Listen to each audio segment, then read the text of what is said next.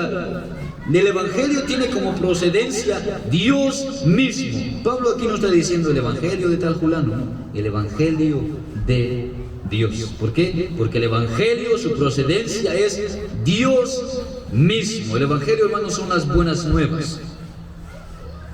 El Evangelio son las buenas nuevas.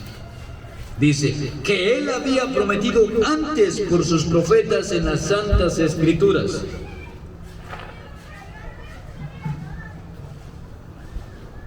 Que Él había prometido antes. Hermanos, en el tiempo de Pablo no existía el Nuevo Testamento, aún no estaba escrito, pero estaban los 39 libros del Antiguo Testamento, las Escrituras.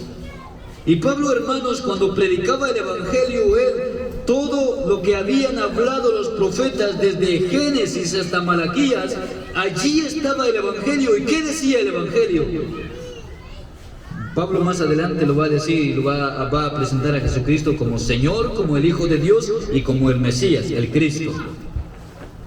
Como libertador de Israel, como perdonador de los pecados de la humanidad y como Señor y Rey, que reina por siempre. Así lo va a presentar Pablo en estos versículos.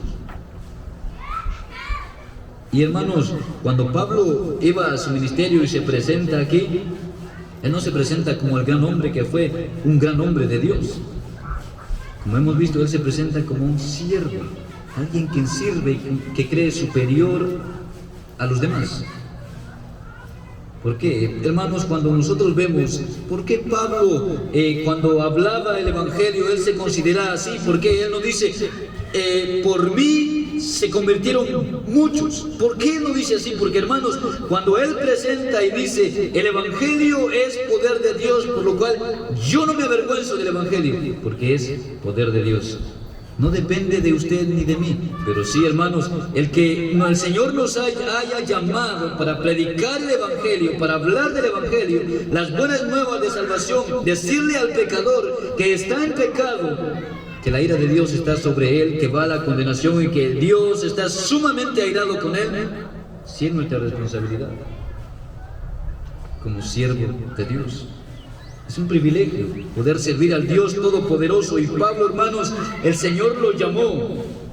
Él era un hombre que se consideraba justo, pero cuando el Señor lo llamó, Él lo limpió con su sangre y Él se convirtió al ver al Señor. Y hermanos, yo no sé cuándo usted se convirtió, cuándo usted se convirtió, hermana. Yo no sé cuándo el Señor lo llamó a la salvación. Pero el Señor no nos llamó solamente para estar de brazos cruzados y estar ahí indiferente en cuanto a su obra. El Señor nos llamó con un propósito para hablar del Evangelio, para hablar a aquellas personas que aún no han alcanzado el Evangelio. El Señor nos llamó para predicar el Evangelio de Dios, que trae la paz al mundo pecador, la esperanza al mundo que está perdido, aquellos que no hayan salida. Para ellos el Señor nos llamó a dar esperanza.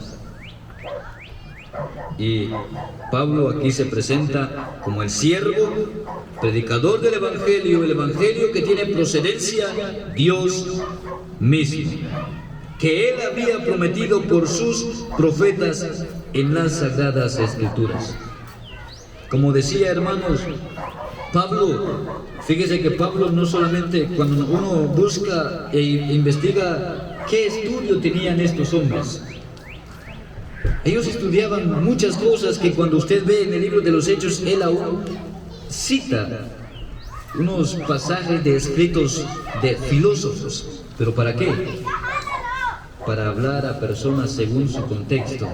Estaba hablando a personas que eran filósofas también.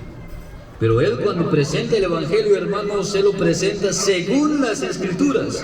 Y nosotros vemos, hermanos, ¿qué nos dice la Escritura? Desde el libro de Génesis hasta el libro de Malaquías habla de Jesucristo. Jesucristo es el centro del Evangelio.